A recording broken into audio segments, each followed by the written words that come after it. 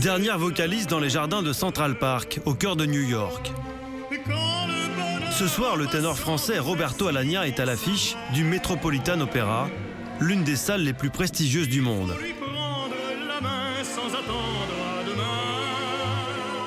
Aux États-Unis, pour 3 mois de représentation, c'est ici qu'est installé celui que l'on surnomme le ténor à la voix d'or. Bonjour, entrez, excusez-moi, je ne suis pas encore prêt. Entrez, soyez les bienvenus à New York. À quelques heures de son entrée en scène, il est un peu nerveux. Central Park, mon jardin. Considéré comme l'un des meilleurs ténors au monde, il gagne aujourd'hui jusqu'à 150 000 € par représentation. Du riz. Et pourtant, pas de caviar au menu. C'est toujours difficile de manger avant le spectacle parce qu'on est sous tension. Malgré la gloire, comme chaque soir, il va remettre sa réputation en jeu. Il faut avoir les nerfs solides. Un jour on vous aime, le lendemain on vous aime plus. Et il faut essayer toujours de rester tranquille. Tranquille, pour ne pas perdre sa voix. Est-ce qu'elle est là, celle-ci? Hein, es-tu là? Sésame. Ouvre-toi. Essayez de faire quand même un peu, chauffer un peu la voix. Et puis après, rock and roll. Ce soir encore, il n'aura pas droit à la moindre fausse note. Hi, boss. Fine, and you? You too. Bye. Okay? Hi, boss. Okay? 20h, direction le Metropolitan Opera, surnommé le Met. Dans le monde de l'opéra, c'est une institution. Triompher ici ouvre les portes de la reconnaissance internationale. Échouer peut compromettre une carrière. Aujourd'hui, le Met, c'est quand même le premier théâtre au monde. C'est le théâtre qui donne le plus de spectacles de haut niveau. Hello. Okay? Ciao, carissimo. Ciao, ciao. Chanter au Met, c'est un privilège. Ça donne envie de se dépasser encore plus. Facciamo? Yeah, but not late to start. Tout le monde ne peut pas chanter au Met. La salle du Met est d'une capacité tellement démesurée que... Oui, c'est un gros challenge, oui. Ouais, c'est vrai.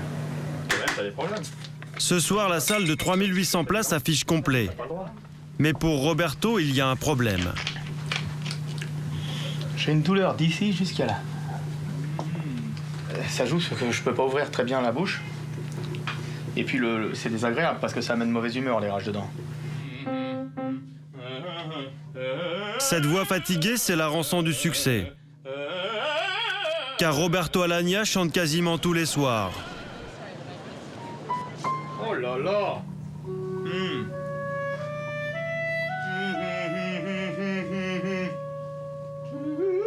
En ce moment, au Met, il mène de front 3 opéras.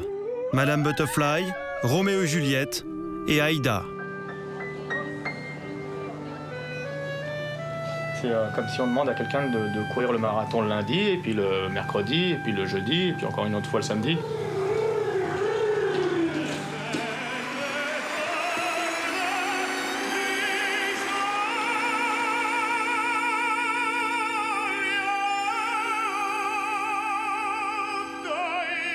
Aujourd'hui, si les directeurs d'opéra du monde entier réclament le ténor de 43 ans dans tous les rôles, c'est pour cette voix, l'une des plus pures au monde.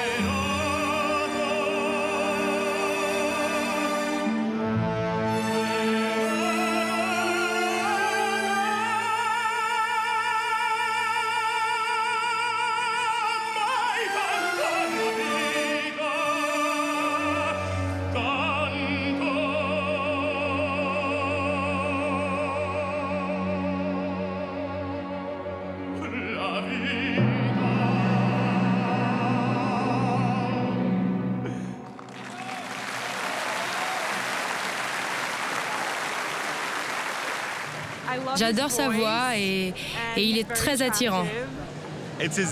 Sa présence, sa voix, sa façon d'être sur scène sont incroyables. J'habite dans le Colorado et je suis venue à New York exprès pour le voir. Et vous en avez pensé quoi? Oh, c'était merveilleux. Sa prestation m'a fait dresser les cheveux sur la tête. C'était magnifique, profond quand il chantait. J'en avais des frissons. Il est super. Je n'oublierai pas mon voyage à New York.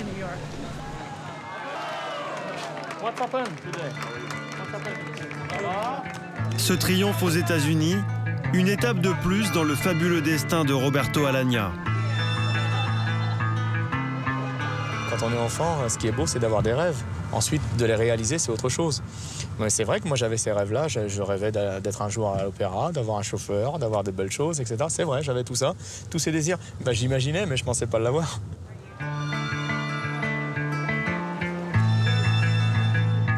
Car l'histoire de Roberto Alagna, c'est un conte de fées qui commence en banlieue parisienne, dans une cité ouvrière de Clichy-sous-Bois, à l'est de Paris. Eric, vous allez tout droit et puis à droite là-bas. Ici, c'est dangereux. Au bout de cette rue, la maison de son enfance. Eric, derrière lui, là. Voilà, c'était cette maison-là.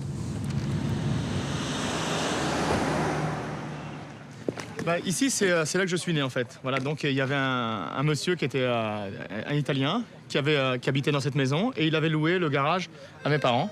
Et donc, je suis né dans ce garage, c'est-à-dire que je suis pas né à l'hôpital. C'était là derrière. Mais bon, là, on voit rien. Donc, c'était... il y avait pas ce mur. Et mon père a accepté ce garage parce qu'à l'époque, c'était difficile de se loger et puis ils n'avaient pas beaucoup de moyens. Et mon père, qui est un maçon assez extraordinaire, il en a fait une petite maison douillette. On avait 2 pièces, simplement. Un 2 pièces aménagé dans un garage. Car dans les années 50, lorsque les parents de Roberto débarquent de Sicile, ils n'ont que leur courage pour richesse. Francesco est maçon, Lucia est couturière. Roberto naît en France en 1963, suivront une petite sœur et 2 frères. Comme tous les membres de la famille, Roberto a la passion de la musique. Le voici à l'accordéon, à seulement 5 ans. Mais pas question d'en faire un métier. Maman l'imagine comptable, papa le verrait bien prendre sa suite dans la maçonnerie. Et moi, enfant, je me souviens, je me baladais entre les madriers. Je me souviens, mon père, il bricolait ici, il faisait de l'électricité. J'étais toujours avec lui, je courais. Je voyais ma grand-mère arriver, là. Elle ouvrait le portail et moi, je courais dans ses bras. Et donc, j'ai de beaux souvenirs. J'ai même des photos où je suis assis ici, comme ça. J'ai un chapeau et puis des cheveux longs. Je suis tout petit et je suis assis là. Voilà, on était là et c'est là que je suis né.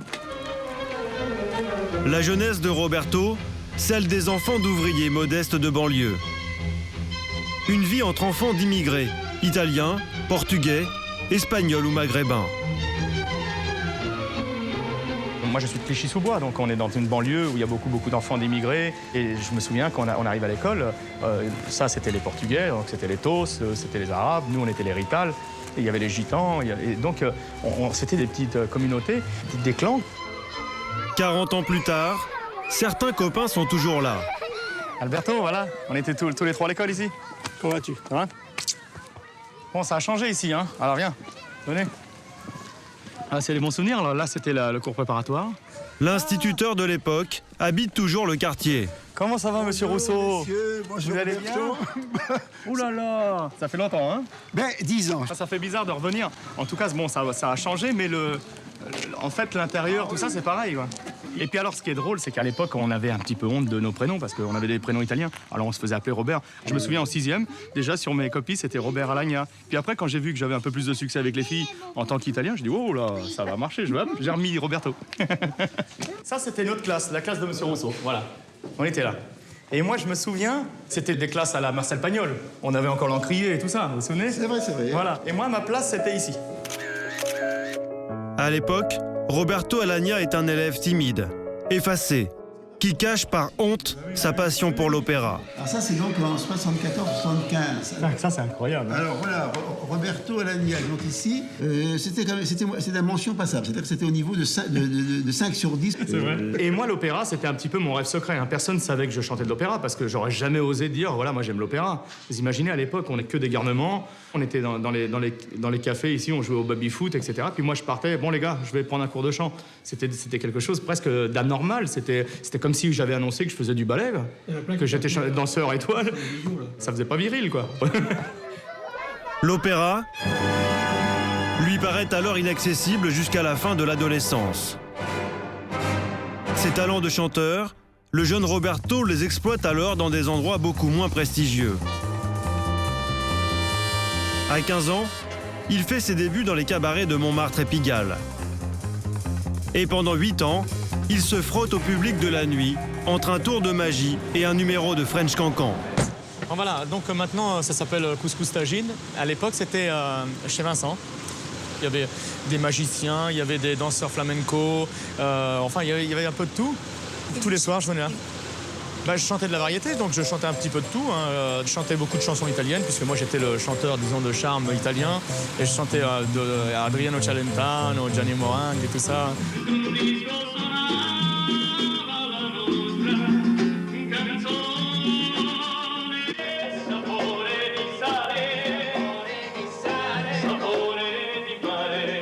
Je commençais à minuit ici à peu près, et souvent ça se terminait à 6h du matin. De cette période, il lui reste un surnom. Roberto el Magnifico. Oh, ça va les gars? Un surnom et de solides amitiés avec ses premiers musiciens. Ça va? Comme lui, des enfants d'immigrés de Clichy-sous-Bois. Ici aussi, vous voyez, c'était la petite scène là. C'était un peu plus grande à l'époque. Il y avait les 3 musiciens. Donc ils étaient là, les 3 musiciens. C'est donc ici que celui qui triomphe dans Verdi a fait ses premiers pas sur scène, avec des reprises de Mike Brandt et du répertoire italien. Vous savez, j'avais 17 ans. Hein. J'avais 17 ans quand j'ai commencé ici. Bien sûr, j'étais adolescent. Vous imaginez, moi j'arrivais de la banlieue, j'arrivais ici à Paris. Et puis vous imaginez, c'était plein de monde, des gens de la nuit. C'était complètement un autre monde.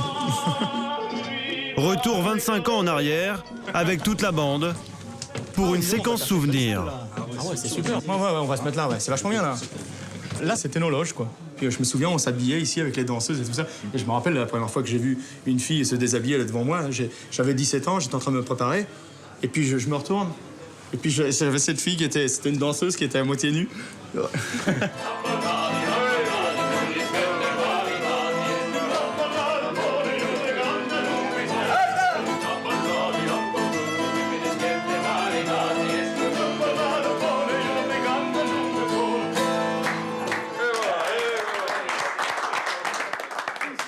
C'est une affaire où il y avait la pègre qui arrivait, les pires voyous qui venaient à 1h du matin, 2h du matin. Et nous, on était assez innocents parce qu'on était relativement jeunes.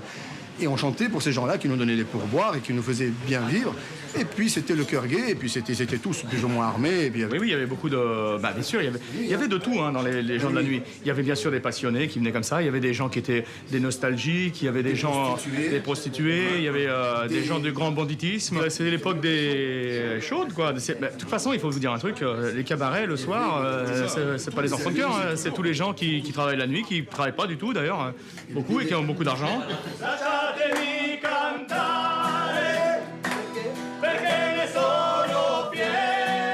Et quand je repense à cette vie d'adolescent, c'était quand même une vie d'adolescent très remplie, très riche. Et dans cette vie mouvementée, le ciment de l'amitié entre Roberto et ses meilleurs amis, ça a toujours été l'opéra.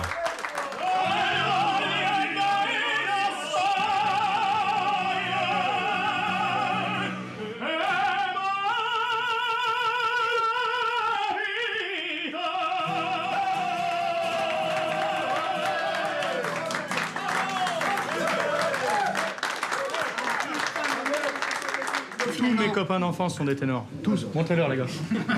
Tous mes copains d'enfance. Bah sinon, s'ils sont pas ténors, moi je les garde pas.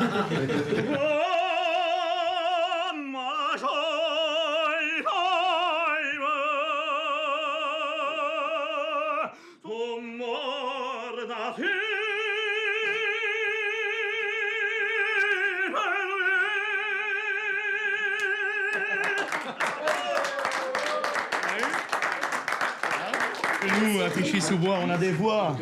Les ténors, c'est rare, mais pas à Clichy-sous-Bois. À Clichy-sous-Bois, il y en a partout, dans toutes les rues. Et alors, ils font le concours tous les ans. Et si ils perdent des notes, s'ils deviennent baryton, par exemple, virés chez Laurent Pagny.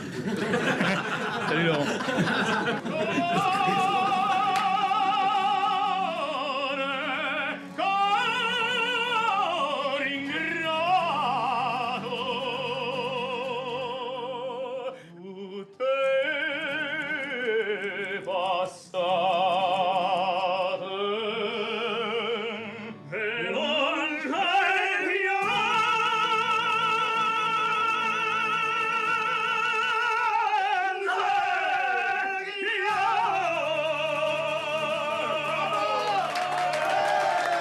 Alors qu'ils sont encore tout jeunes, au milieu de tous ces talents, seul celui de Roberto va éclore. Car en marge des cabarets, il apprend le solfège et à 22 ans tente sa chance à l'Opéra de Paris. Sa voix, exceptionnelle, lui ouvre les portes d'une formation gratuite. Là, il va faire plusieurs rencontres déterminantes, comme celle de Simone Féjard, sa première professeure de chant lyrique. Simone, ça va? Ça, c'est pour vous. C'est pour ça que vous êtes en retard. Elle a plus de 80 ans aujourd'hui. Je suis contente de vous voir. Il faut des occasions comme ça. Voilà. Sans ça, c'est ma bonne fée, hein. C'est ma bonne fée. Elle m'a appris la plupart de mes rôles. Oui, il y a longtemps, disons. Il y a longtemps, mais le temps ne compte pas. Et je vous appelle toujours. Sur les aérodromes, voilà, par exemple. à l'aéroport, dès que j'ai une minute, hop, Simone Féjard. Où est-ce que vous êtes? À Bangkok? Où? À Tokyo? Et j'appelle Simone Vous étiez Féjard. l'année dernière sur la plage. Ah, j'étais sur la plage. Oh. Oui, pour une fois. Voilà. Ah, ça fait plaisir de revenir ici. Grâce à elle, le jeune Roberto va apprendre ses 5 premiers opéras et prendre de l'assurance. T'imagines? Elle a connu tout le monde. Là, elle va vous le raconter d'ailleurs. Non. Non, bah vous le racontera pas. Roberto. J'ai langui triste et solitaire. J'ai langui triste et solitaire, sans pouvoir briser le lien qui m'attache encore à la terre.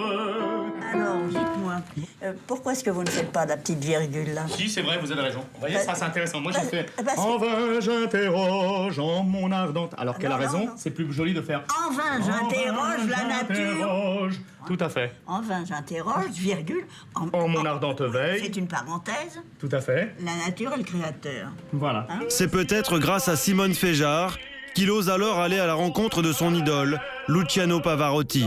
J'ai rencontré Pavarotti au cours d'une séance de dédicace à Paris. Et j'étais allé avec un ami pour me faire dédicacer un disque. Puis je suis tombé sous le charme de cet homme qui était une sorte de demi-dieu pour moi. C'était un homme comme ça avec un sourire formidable et puis cette prestance comme ça. À 24 ans, Roberto Alagna tente le concours présidé par son idole et atteint la finale à Philadelphie, aux États-Unis. Le concours Pavarotti a été très important pour moi dans ma carrière. Pourquoi? Parce que d'abord, ça m'a donné confiance en tant que ténor, mais en plus, c'était un concours très difficile. On était plus de 1000 chanteurs à Philadelphie. C'était monstrueux, c'était vraiment un très très gros concours avec beaucoup de tension. Et j'ai remporté ce concours à Philadelphie. Ma carrière a démarré comme ça, c'est-à-dire que tout de suite on m'a appelé à Monte-Carlo pour un remplacement d'un ténor, et comme ça s'est enchaîné. Je me suis retrouvé un an après à la Scala, et ça a démarré en trombe. Monte-Carlo, Milan, Londres, les directeurs d'opéra s'arrachent le jeune prodige aux allures d'adolescent. 20 ans plus tard, 60 opéras mémorisés en 4 langues et plus de 100 représentations par an. Son agenda est rempli jusqu'en 2012.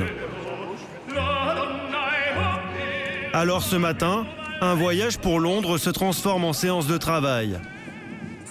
Avec une technique bien à lui pour travailler ses partitions. Je préfère m'avancer dans mon travail parce que vu que la saison est toujours pleine, pour moi c'est serait très rare d'avoir 3 heures de non-stop pour travailler mes partitions. Ça c'est une partition nouvelle, donc il faut que j'apprenne très vite cette œuvre.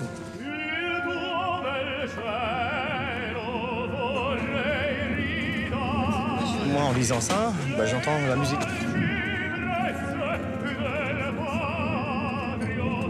Là, je fais des annotations pour avoir ensuite des repères. C'est-à-dire que quand je vais chanter l'œuvre, sans partition, même si je regarde le public, j'aurai ça mémorisé. Donc, j'ai l'impression que je regarde dans le vide et en réalité, je suis en train de lire ma partition que je suis en train de photographier là. Voilà.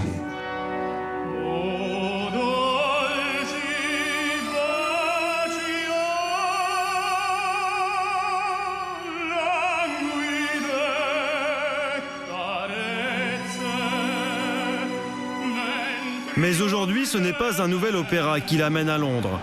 C'est un rendez-vous d'amour. London, here I am. Dans tout conte de fées, il y a une princesse. La sienne s'appelle Angela Georgiou, l'une des plus grandes cantatrices au monde. Elle chante ce soir, il est venu la voir. Marié depuis une quinzaine d'années, le couple réside dans un hôtel particulier de l'un des quartiers les plus huppés de Londres. Il y a peu d'endroits dans le monde en fait, où on a des appartements. En fait, on a les appartements à New York, puisque et à Londres.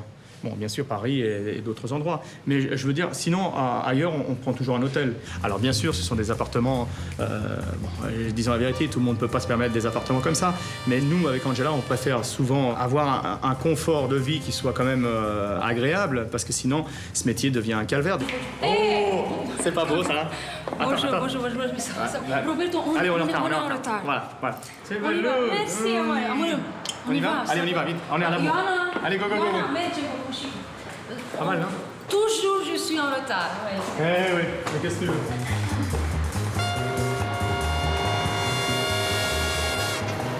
Mais le fait qu'il soit en coulisses, vous, ça vous apporte quoi? C'est comme que je lui chante pour lui aussi. Oui, c'est bien, parce qu'il me comprend très bien. On a des petits regards complices de temps en temps, on se regarde.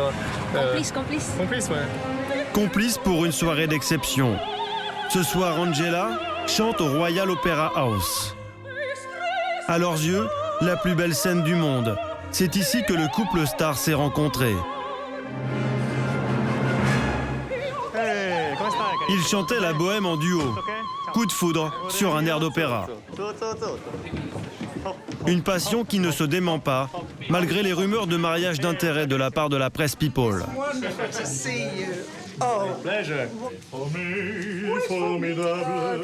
Beaucoup de gens ont pensé, ils sont ensemble, c'est pour les médias, pour faire de la pub et tout ça. Et en fait, on s'aperçoit qu'au bout de tant d'années, c'est pas ça, quoi. Puis le fait même, par exemple, d'être critiqué par l'extérieur, d'avoir des rumeurs, des trucs comme ça, et de surmonter tout ça, ben ça aussi, ça vous unit énormément. C'est quoi, Angela? Alors, c'est une autre femme, c'est plus la même. Elle est toute blonde. Amore, chante bien. Fais-toi plaisir. Voilà. Toujours. Comme d'habitude. C'est sublime. Merci. Voilà. Wow. Allez, Angela. Allez, c'est à toi. C'est à toi.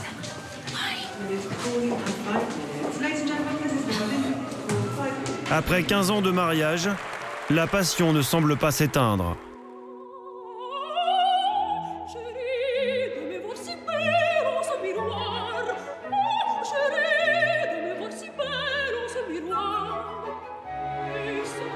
C'est vrai qu'elle a tellement de choses qui me plaisent que c'est difficile pour moi à chaque fois de ne pas retomber amoureux d'elle. Et puis là, voilà. Allez, va faire ton changement, super. Oui, je me change maintenant. Waouh. Voilà Marguerite. Voilà, c'est quelqu'un d'autre. Oh, bel enfant, je t'aime. Trouver ma femme dans différentes situations, dans différents rôles. À chaque fois, je découvre un autre personnage.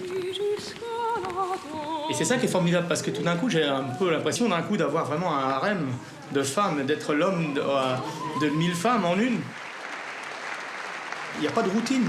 Il n'y a pas de routine dans ce couple, parce qu'on découvre d'autres aspects de la personnalité de chacun. Ce qui fait qu'on se connaît de plus en plus et de mieux en mieux. L'amour et la gloire, les voitures de luxe avec chauffeur, Roberto Alagna savoure aujourd'hui sa vie de star. Il est en vogue, alors il vit son rêve à 100 à l'heure.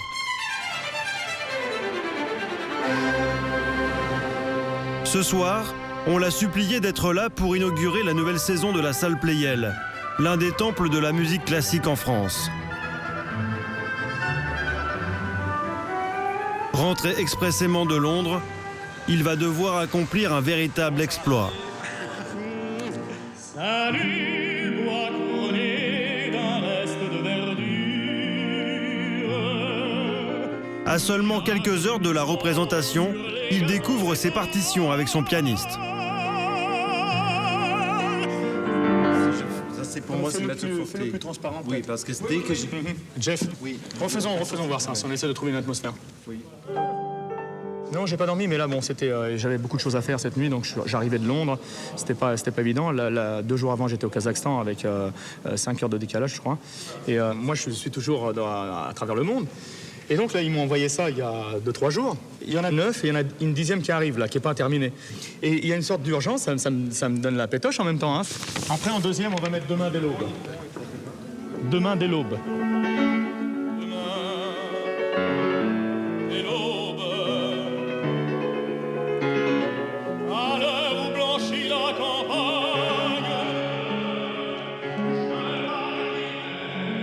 Vous savez, par exemple, dans la variété, quand un créateur compose quelque chose, ils vont mettre 1 an et demi, 2 ans en studio pour trouver l'atmosphère juste, etc. Donc vous imaginez, ici, en 24 heures, il faut essayer de donner le maximum.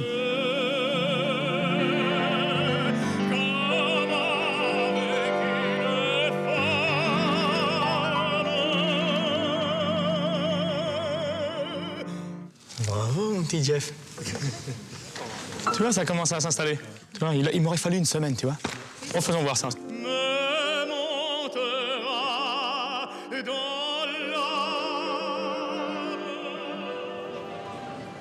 Trouver le ton juste en seulement quelques heures.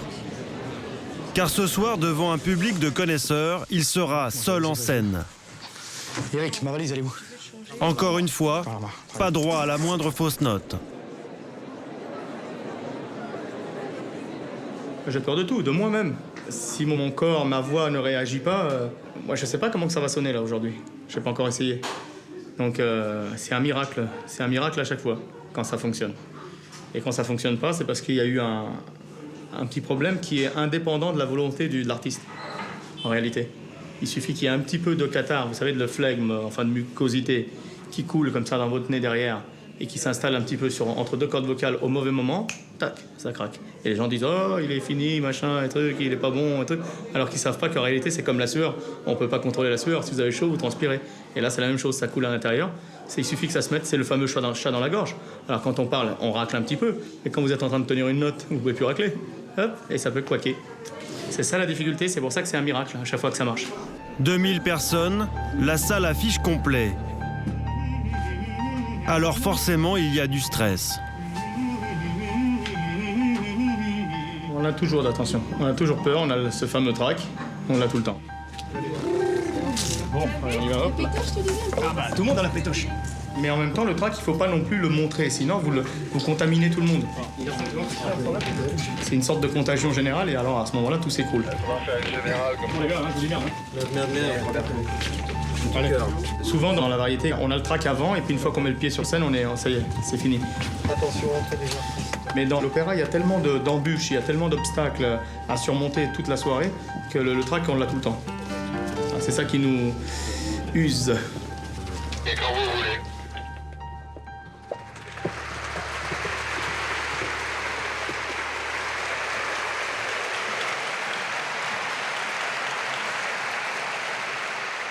On sent tout d'un coup qu'il s'installe une atmosphère où les gens vont être à l'écoute du moindre souffle, de la moindre respiration.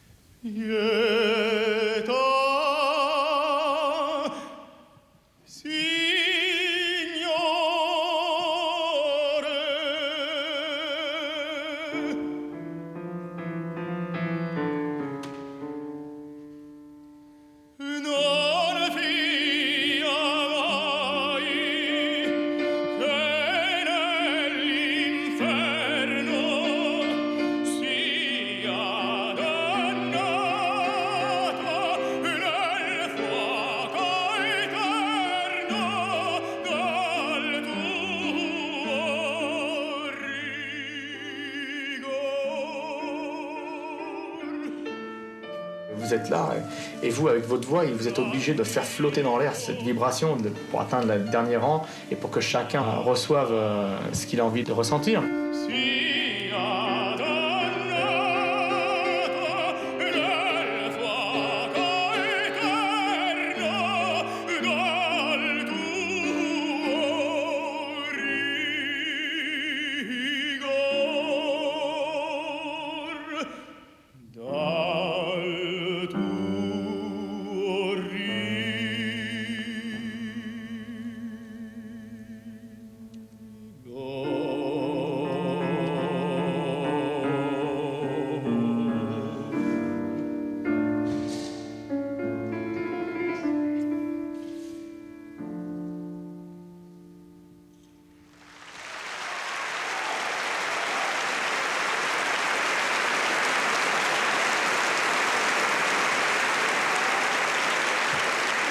Les gens, ils peuvent aussi bien vous siffler, vous huer parce que vous avez raté une note, et ils peuvent aussi en même temps crier, pleurer.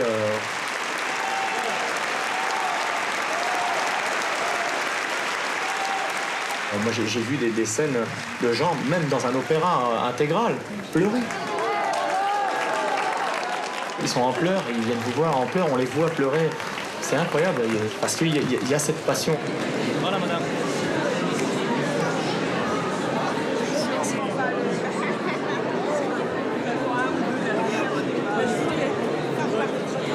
Beaucoup d'émotions, oui. C'était la première fois que je le voyais, donc c'était pour mes 20 ans, c'est mes parents qui m'ont offert. Beaucoup d'émotions, forcément, quand c'est la première fois qu'on peut entendre une voix pareille, tout de suite, je sais pas, moi en tout cas, ça m'émeut. Roberto Alagna est le seul ténor au monde à déchaîner autant de passion. Une popularité digne d'une rockstar. Et même des fans qui le suivent tout autour du monde, comme Micheline Bernot. Une fan, vraiment fan. Eh ben, il faut la supporter. Hein. J'essaie de le suivre partout, le plus que je peux. Je ne suis pas allée au Kazakhstan, mais c'était un peu difficile quand même. Hein. Chaque semaine, Micheline organise chez elle une réunion du fan club. Bonjour. Salut. Bonjour Micheline. Bonjour. Vous allez bien?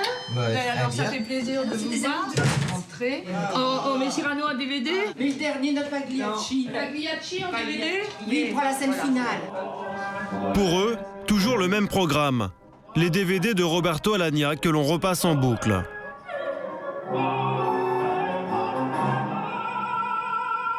Ah, il y a des moments, ça me passe à la colonne vertébrale. Hein, ça tord là, c'est tellement c'est.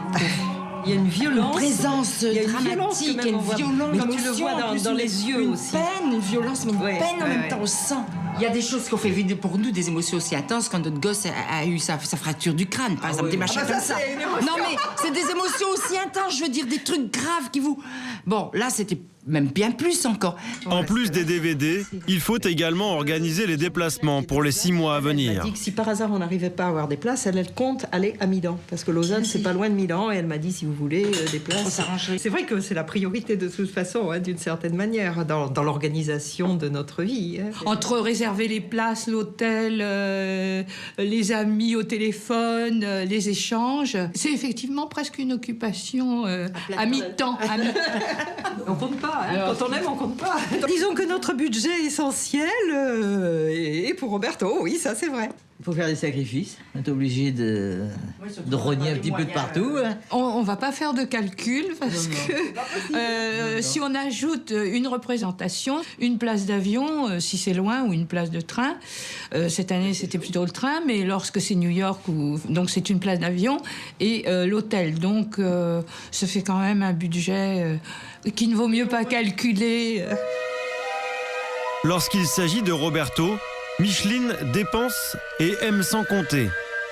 Elle l'avoue, elle a complètement succombé au charme du ténor d'origine italienne.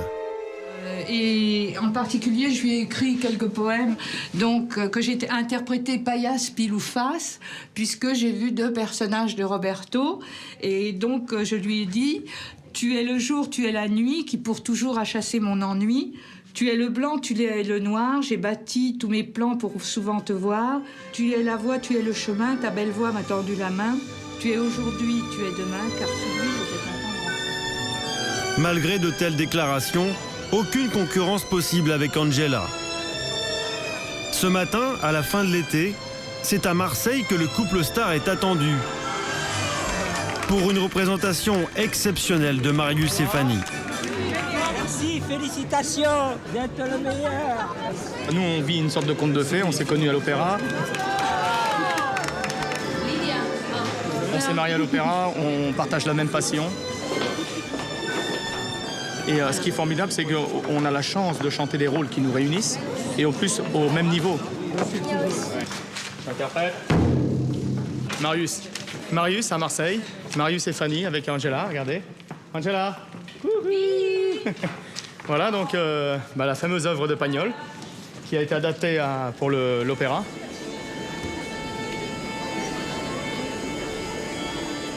Pour cette création et pour le plaisir de chanter avec Angela, Roberto a fait une petite entorse à son emploi du temps.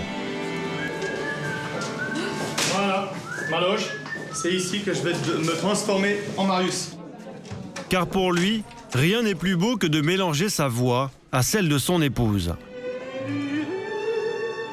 La voix, c'est quelque chose de très sensuel. Parce que sur le plateau, on va mélanger nos vibrations. Et c'est un acte d'amour, en fait. C'est le vrai acte d'amour. Quand on fait un acte d'amour, on mélange nos muqueuses, j'en sais rien, je sais pas ce qu'on mélange, nos cœurs et tout ça. Mais les chanteurs, eux, ils mélangent leur voix. Voilà. Juste un maillot et hop, ça y est, on est Marius.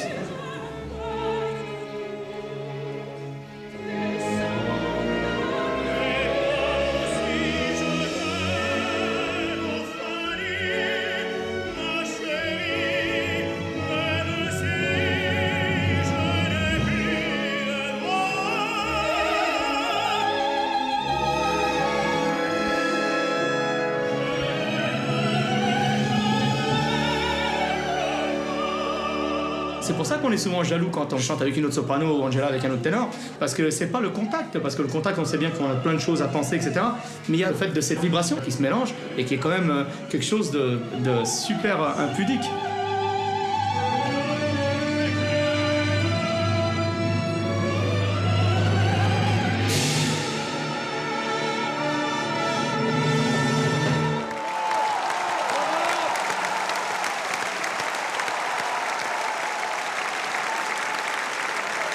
Représentation, séance photo, autographe, succès en commun. Je vous remercie. Je vous dis 1000 fois merci pour Marseille et pour Marcel Pagnol. Ben, je suis ravi. Moi, vraiment. Salut. Au revoir. Pour échapper à leur immense popularité, Roberto et Angela aiment parfois disparaître quelques heures après le tombé du rideau. Quelques moments de vie privée qui les conduisent souvent dans de petits restaurants italiens comme celui-ci, où ils ont leurs habitudes. Ce soir, ils trinquent à leur réussite internationale, qui s'affiche sur les murs de l'établissement et jusque sur le menu. Ça, c'est le menu de la maison. Alors, vous avez ça. Orecchiette alla Roberto Alagna. Alors, ce sont des pâtes un peu rondes comme ça, faites avec du homard. Et c'est vraiment très bon, c'est très piquant, c'est relevé. Donc d'abord, c'est le plat le plus cher et c'est celui qui se vend le mieux. Et ici, et voilà. Et on a l'agneau pané à la Angela Gheorghiu. Voilà, c'est là. Et c'est un plat qui marche très fort ici. Ah, c'est quand même superbe, ça, non? Cet énorme succès populaire, Roberto Alagna le doit aussi à un énorme pari, tenté il y a 3 ans. On a chanté les Parisiennes, leurs trottinettes et leurs chapeaux. En 2004, il entre en studio. Au risque de choquer les puristes et l'ensemble de la profession, le ténor enregistre de l'opérette.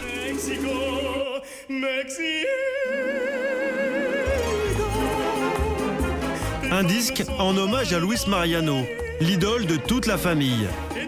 La voix qu'il a si souvent accompagnée dans le garage de Clichy-sous-Bois.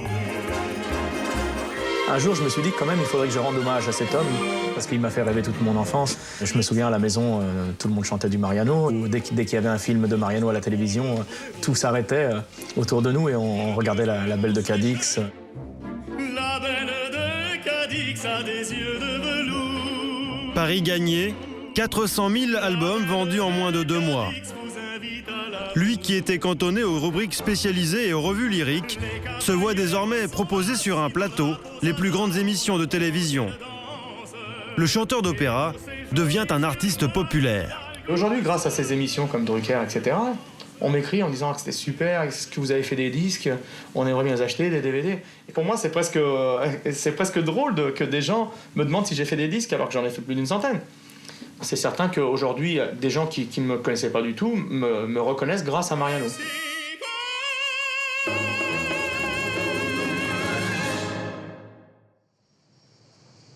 Chanter dans l'impressionnant théâtre antique d'Orange, un véritable défi. Rien de tel pour faire taire les détracteurs de Roberto Alagna, qui le qualifient de chanteur d'opérette depuis l'épisode Mariano. Ce soir, le ténor est à l'affiche dans Aïda, Mesdames, bonsoir. un opéra de Verdi. Alors, on va ouvrir les portes, mais il ne faudra pas pousser pour pas qu'il y ait d'accident. Roberto, pour notre grand Roberto. Oh là là. Les 8000 places se sont arrachées en quelques heures. Une petite mise. Étonnant Roberto Alagna. Voici dans quelle décontraction le plus grand ténor du monde prépare sa performance de ce soir. Sur le portable? C'est sûr? Sur le portable? Ah oui, sur le portable. Comment tu t'appelles? Avec lui, fini le cérémonial habituel qui entoure les grands chanteurs d'opéra, réputés inaccessibles. Venez. Ça va les amis? C'est pas vrai.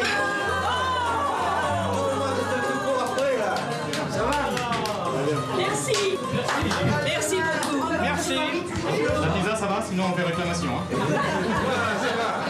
Elle trouve que je chante de faux, mais c'est normal. Vous savez, je ne calcule rien dans ce métier. J'essaie de rester moi-même. Et puis, je crois que c'est ça que les gens aiment bien en moi. C'est mon côté abordable. Comment ça va? Impeccable. Pourvu que ça dure.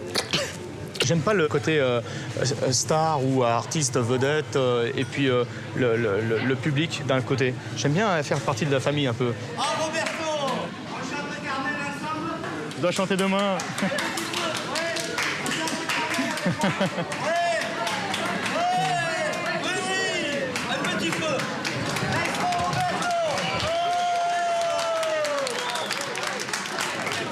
Et on fait toréador, hein? Allez. Aïe, aïe, aïe, c'est trop.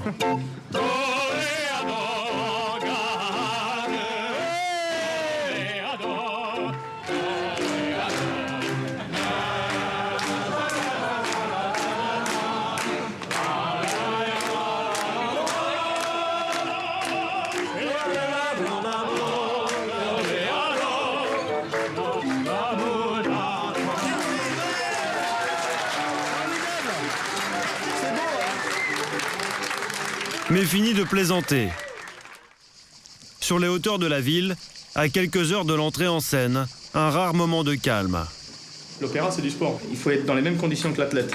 Exactement. Roberto Alagna se prépare comme tous les athlètes de haut niveau. Car comme eux, il est doté d'une nature exceptionnelle. Son diaphragme, 2 fois plus ample que la moyenne, permet à sa voix d'atteindre une puissance surhumaine, comparable à celle d'un avion de ligne au décollage. Pour obtenir un tel niveau, il met à contribution 400 muscles de son corps. L'important, c'est d'essayer de bien relaxer le cou, les épaules. Il faut que le corps soit presque comme une poupée chiffon. Et c'est ça qui va faire que le corps va devenir un instrument. C'est-à-dire que toute la colonne vertébrale, les os, les résonateurs du visage vont se mettre en résonance. Et c'est ça qui va faire que tout d'un coup, on a un timbre riche, une vibration, qui fait que la voix va se propager dans l'air grâce à l'acoustique. C'est exactement comme un élastique. Il faut la juste tension pour que ça vibre. Mais à force de tirer sur l'élastique, parfois il casse. Comme à l'hiver 2005, lorsque Roberto Alagna s'est effondré avant une représentation. Le jour du spectacle, je me lève de mon lit et je suis tombé par terre. La voix fonctionnait, mais le métabolisme ne fonctionnait plus. Il y avait une anomalie, c'est-à-dire que mon corps ne retenait plus le sucre. Donc je faisais des hypoglycémies. Malaise à répétition, grave chute de tension, spectacles annulés. À 40 ans, il a cru que sa carrière était terminée. À ce moment-là, il y a des tas de questions. On se dit, est-ce que je vais pouvoir remonter sur scène? Puisque comment on peut faire un opéra pendant 3-4 heures si au bout de 5 minutes, on ne tient plus debout? J'ai chanté toute ma vie. Donc pour moi, c'est comme si demain, on vous dit, vous ne pouvez plus marcher. Vous comprenez? C'est quelque chose de vital pour moi. C'est une seconde nature. Les gens se sont aperçus, non, il est comme les autres. Il est aussi fragile et il n'est pas indestructible. Tout à l'heure, je suis un peu en retard. Hein? Tout à l'heure. Ce soir, dans Aïda, sa voix devra porter sans micro jusqu'au dernier gradin pendant plus de 3 heures. Il va perdre 3 kilos. Alors, pour éviter un nouvel accident, Roberto Alagna s'est adjoint les services d'un médecin qui le suit en permanence. Baisser en sucre conduit à des hypoglycémies, et ces hypoglycémies réduisent les capacités énergétiques. On a donc un testeur qui permet, avec une simple goutte de sang, de tester le taux de sucre. 85. Tu peux chanter 6 actes avec ça. On va voir. C'est bien. Un médecin pour veiller sur lui, mais aussi sa famille, qui ne le quitte plus. Barrant la porte de la loge, son père Francesco, l'ex-maçon.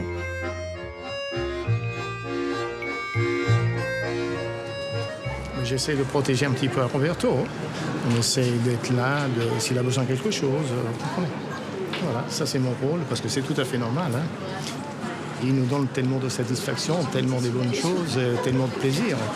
Évidemment, dès qu'on a 5 minutes, on part pour aller le voir. Toujours près de Roberto, il y a également Lucia, la maman ex-couturière.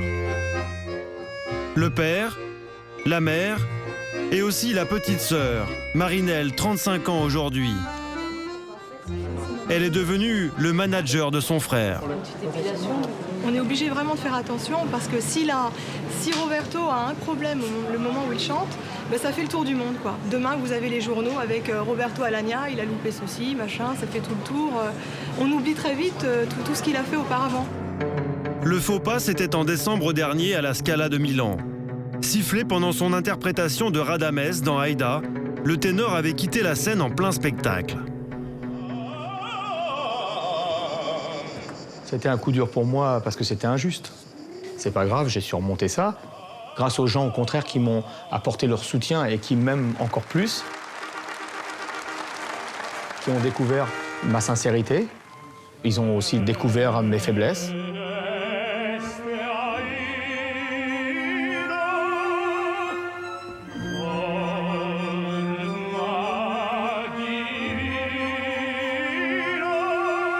Encore une fois, Roberto Alagna a surmonté l'obstacle. Et ce soir, il triomphe dans le même rôle à Orange.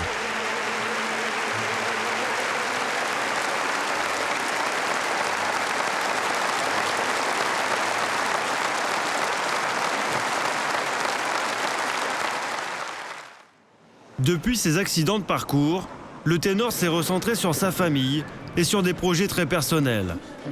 Aujourd'hui, à l'Opéra Bastille, c'est en effet un opéra très particulier qu'il va répéter, malgré la fatigue. On voit que j'ai pas dormi, hein? Oui, ça fait un petit peu, oui. Ça se voit, mais bon, j'ai plus besoin de dormir. Il me reste plus qu'à éliminer la bouffe, les femmes, la drogue. L'alcool, non. L'alcool.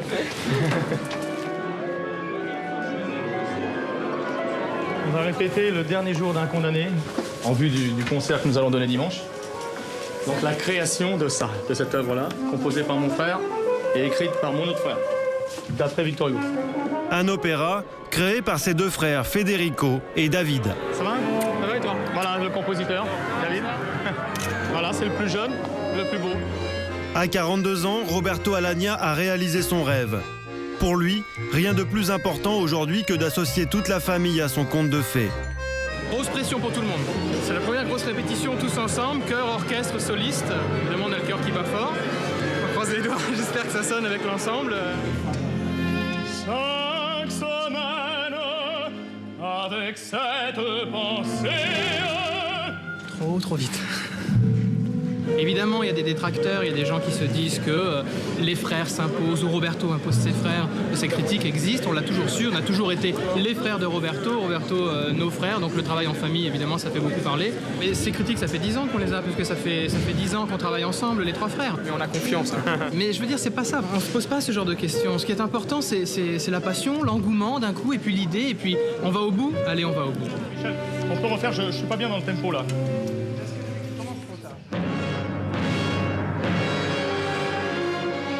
On a l'impression que c'est une petite œuvre, mais non. En vérité, quand on va fouiller là-dedans, il faudra lire entre les notes, il faudra lire entre les lignes, et on s'apercevra que les frangins, ils s'aiment bien, quoi.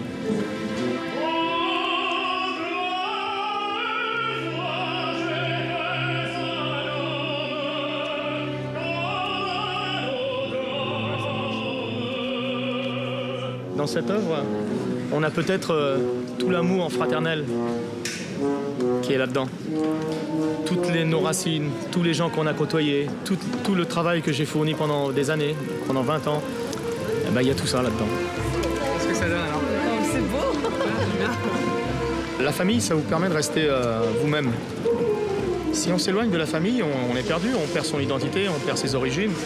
Et je crois que c'est la chose la pire qui puisse vous arriver, c'est de perdre son identité. Moi, la famille me permet de rester celui que j'ai été au début. L'amour est un bouquet de violettes. L'amour est plus doux que ses fleurettes. Quand je vous parlais du petit Robertino, c'est ça, c'est le conte de fées qui continue et c'est ce rêve qui continue. Il faut lui prendre la main sans attendre. Vous voyez, c'est curieux parce que bon, je fais ce métier depuis 20 ans, mais c'est comme au premier jour. Quand on a un espoir, on peut tout faire, même décrocher la lune. Vivement le prochain.